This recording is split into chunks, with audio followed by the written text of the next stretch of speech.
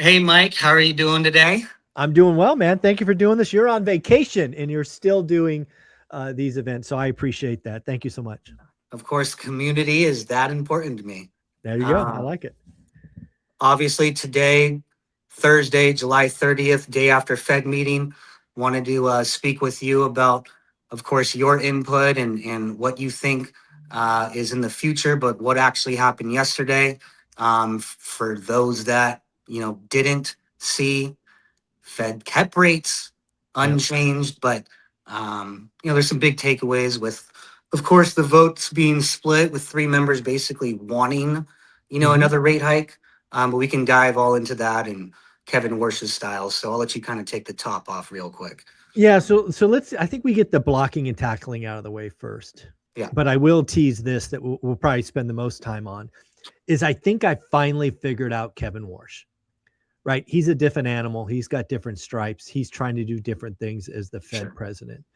So we need to talk about that because it's going to change things. But let's do the blocking and tackling. So going into the event, um, like folks like Claudia Salm and others were expecting a 9-2 vote because we had two Fed presidents pretty explicitly say they want to hike, Hammock and Logan.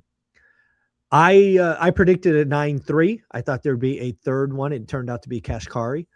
So we got that right, right? We got that right, 9-3. With Kevin Warsh as Fed chief, that's really the only forward indicator we're ever going to get, right? Because he's not letting them talk about the future. So, what do I mean by that? Last meeting, 12-0, everybody hold. Now it's 9-3, right? With three raises. So, that is an indication that the Fed is evolving. And again, the next meeting is in September.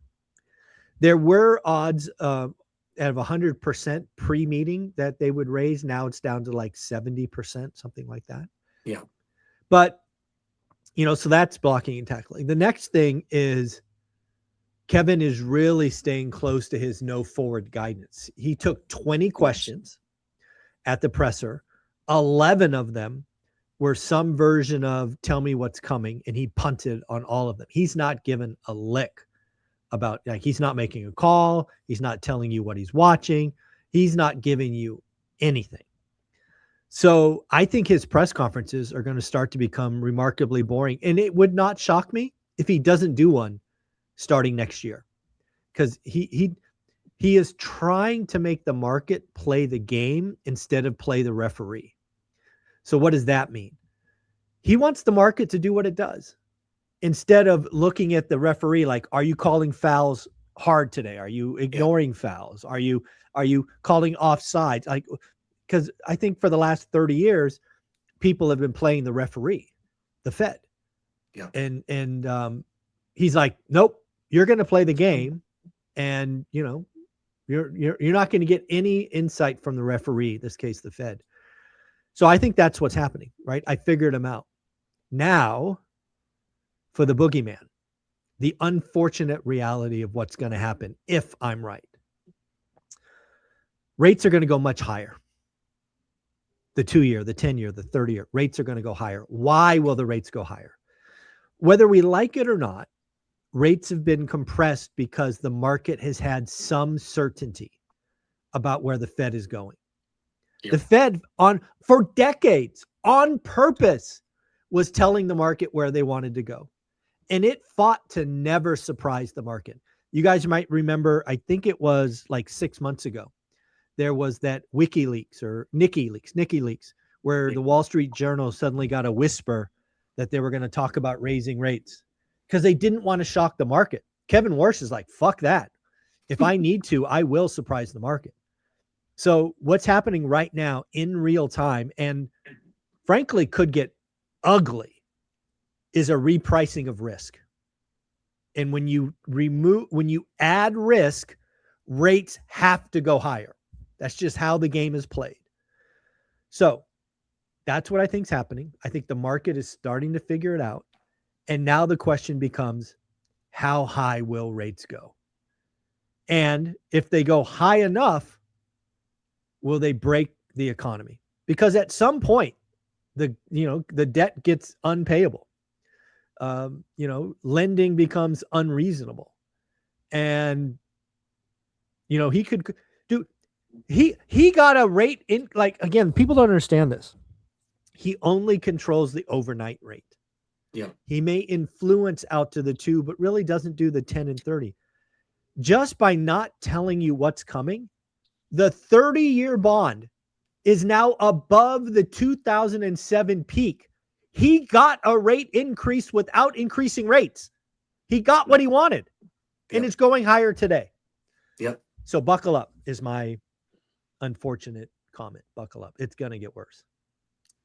I think to take away, and I was going to try to summarize what you just said, which is basically what I agreed upon going into this podcast or video right now, which is Kevin Warsh's new style, right? Yes. He doesn't like giving market clues, as you touched on, and he wants markets reacting to economic data, not to Fed speeches, which it's been reacting to Fed speeches. It was and that's playing what the we've lived referee. on. Yeah, Playing the absolutely. referee, like you said. So I would expect, and you can tell me if you agree with it, but it would go hand in hand with what we just said. You would expect bigger swings after CPI, jobs, and inflation reports than we saw under Powell, right? It's going to be actual reacting. No question. We it yes, and yes. But the unfortunate reality is we're probably going to have a 2, 3, 4, maybe 5-week period where the bond market reprices everything. Everything. And it could be, I mean, it's possible that these repricing, especially the 10 and 30, get to a level that actually becomes a black swan. Yeah. It could get that ugly. Yeah. So, what you said is absolutely kind of the second order, is we're going to get more market reactions to actual data in the future. But I still think step one is a dramatic, I mean, just look today, right? The stock market is recovering from 1,000-point drop, but the bond rates are still racing higher. Like the 10 years up like 5 basis points after being up 7 yesterday. Yep. Risk is being repriced, and it's only going one direction. I agree. So I know you, and I know that you like doing the prediction or the betting or what's going to happen in the future. And Absolutely. what I would like to ask you is, and maybe you have to write it down, it'll be kind of easy to remember. Mhm. In the forward looking, okay, I'm going to give you 3 scenarios. Okay. And you just give us your insight on whether you think that's a 70% chance and the other 2 are 15-15, or if they're all, 33 and a third. Okay, got it. Scenario A will be, inflation slowly cools, the 10-year treasury drifts lower, and mortgage rates improve by a quarter point by early fall. Okay. That's scenario A. Got it. Scenario B, oil spikes back over $100, Mm-hmm. inflation reaccelerates, Mm-hmm. and then mortgage rates revisit, the recent highs or highs that we had in the last 4 years. Right. Which we're going to call what? Like 7 3/4? Yeah. Okay. 7. Okay. All right. That's B. Got it. Scenario C, jobs weaken quickly, inflation keeps falling, bond markets rally, hard, and then mortgage rates improve by 0.5% before year end. Okay. So I feel like that's a good 3 options that all kind of go hand in hand. And I want to hear, your take on those and what's like percentage splits. So my initial gut reaction to A is 0, but I won't say 0. I'll say 5%. Okay. And again, that is inflation cools and mortgage rates get better by 25% by the fall. Good luck. Not happening. So we'll say 5% there. Okay. Then we'll go to C. Jobs weaken, inflation weakens, and you said mortgage rates get better by 50 basis points. Was that one? Yeah. Hmm. 1%. So we have 94% chance that oil spikes, revisits. Again, I said for a while now this war is going to get worse before it gets better.